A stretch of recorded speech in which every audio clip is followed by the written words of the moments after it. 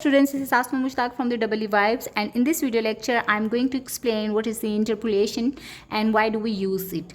Basically, we frequently have to estimate the intermediate values between the precise data points. The most common method used for this purpose is the polynomial interpolation, and we know that the general formula or the general representation of the polynomial of x is equal to a naught plus a1x plus a2x square plus up to so on a n x raised to power n, where a naught, a1, a2 and a n are the constant coefficients,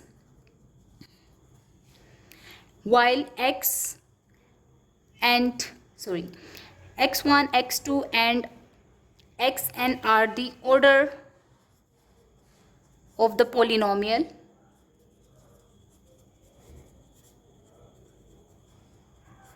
So interpolation is actually a technique of determining the behavior of a function at a particular point, and you are given the information of the data points like x1, x2, x2, y2 and similarly x3, y3, and then you might have the value of x6 and y6.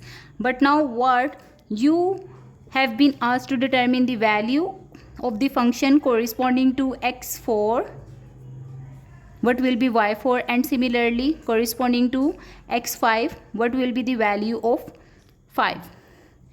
All right, so generally what happens when you have two data points, let's say like that, what you will do, the best way is to join these 2 points with a straight line. So this is called the linear interpolation. Okay, now the number of data points are equal to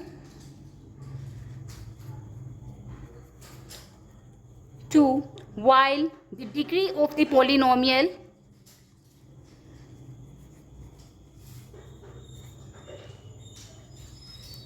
is equal to 1.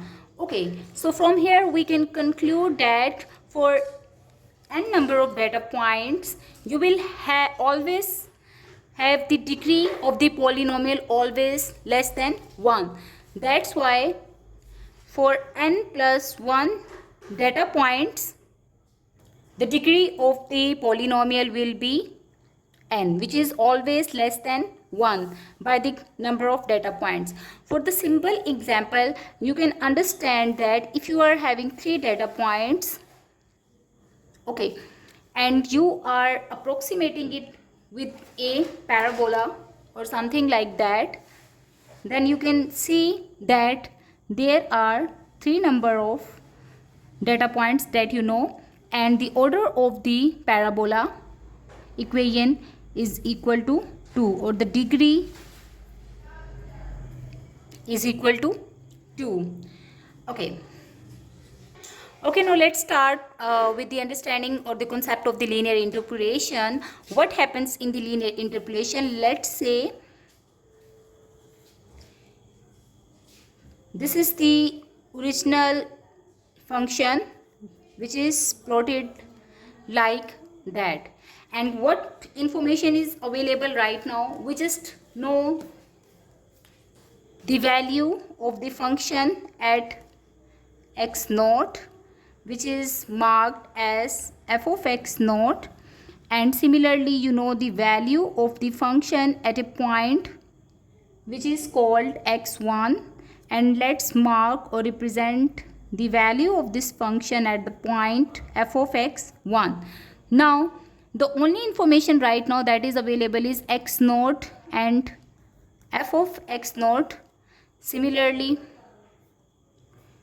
x1 and f of x1 is available, and you have been asked to determine the value of a function at a point that lies in between this given interval, like the point is lying somewhere over here, let's say, and let's just mark this point as x.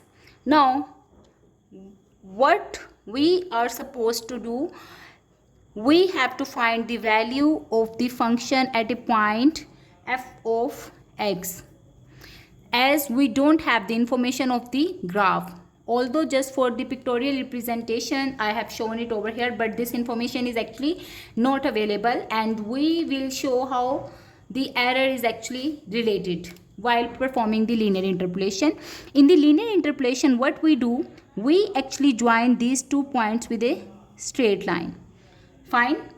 Okay, so when you will join these 2 points with a straight line, you can see 2 types of the triangles are formed. The first one is this mini triangle. Let me mark it over here, or let me draw it over here. And the second triangle is this one, and you know that these 2 triangles are similar triangles.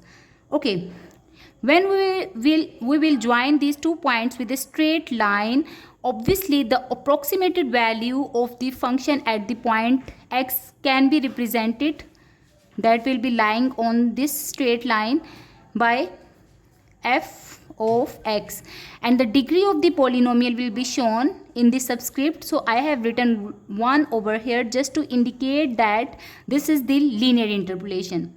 Fine.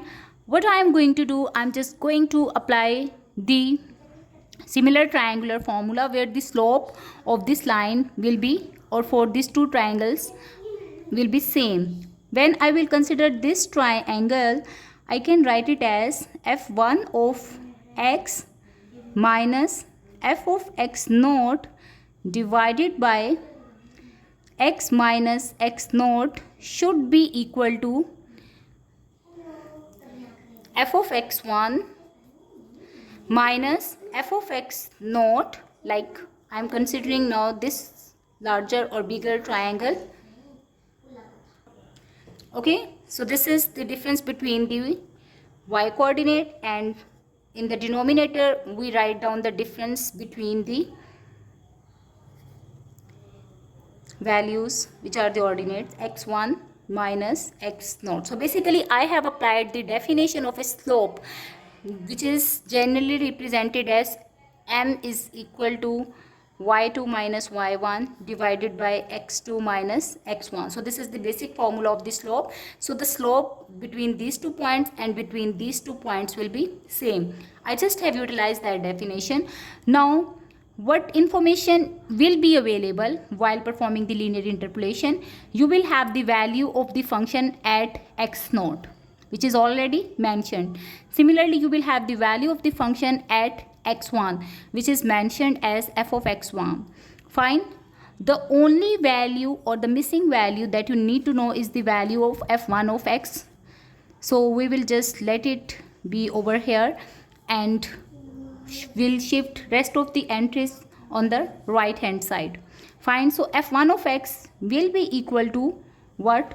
This denominator will be multiplied with this term. So f of x1 minus f of x naught divided by x1 minus x naught into x minus x naught, and the only entry that will be left is minus f of x naught, which can be added over here.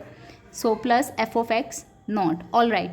So if we will simplify this expression further, we can write it as f1 of x, or the value of the function at the given point x, is equal to f of x naught. I am just rearranging the terms, plus f of x1 minus f of x naught divided by x1 minus x naught into x minus x naught.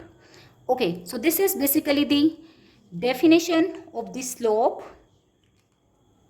of the function. This term is also known as the divided difference term. Alright, so just for the simpler example, let's assume that, or for solving the function, or for the example of the linear interpolation, let's say you know the value of ln of 1, which is equal to 0, and similarly ln of 6 is equal to 1.79. 1759. So you know the value of the function at the point 1, which is equal to 0, and value of the function at the point 6, and it's equal to 1.791759. And what you have been asked, you have been asked to determine the value of the function at 2. Okay, so let's just start it with the identification. What is x naught? What is f of x naught? So x naught is basically the point which is in smaller value as compared to the second point, because the interval will start from 1 and it is closing at 6 right now for the given information. So x naught is equal to 1 and f of x naught is the value of the function at this point, which is equal to 0. Similarly, x1 is equal to 6 while f of x1 is equal to 1.791759.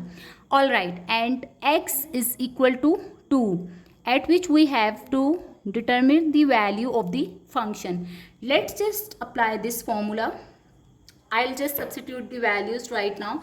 So f of x naught is equal to 0. Let's just put it over here, plus f of x1 minus f of x naught. So f of x1 is 1.791759 minus f of x naught, and again it's equal to 0.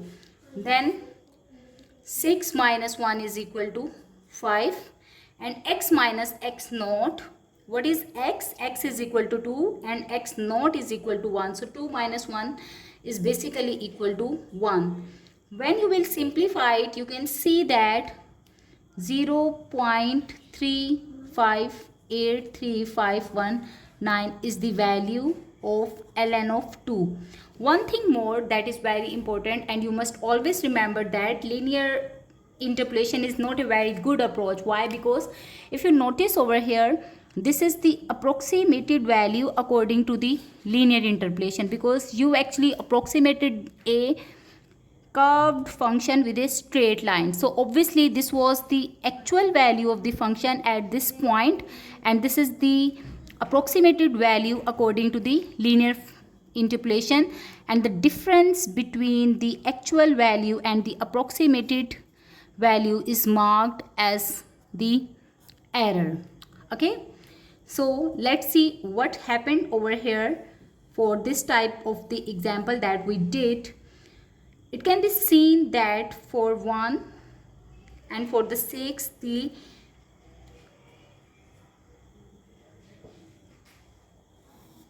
this is the graph of the function f of x is equal to natural log of x. Alright, and you were given the values of the function at this point, and similarly ln of 1 was equal to 0. So basically you were having these 2 points. According to the linear interpolation, you just join these 2 points with a straight line, just like over here. And let's say this is 2, at which you had to determine the value of the function. So this is the actual value while this is the approximated value. Fine. Now there is very interesting fact about the linear interpolation or any type of the linear interpolation, which states that as you keep narrowing down the interval, then the better approximated value of the function can be achieved. How? Means if we had the value of the function at this point and this point, and then if we join these 2 points with the straight line, then you can see that the approximated value and the actual value both are lying very closely. So as you keep on narrowing down the interval, you get the more accurate value of the interpolation type. Thank you for watching.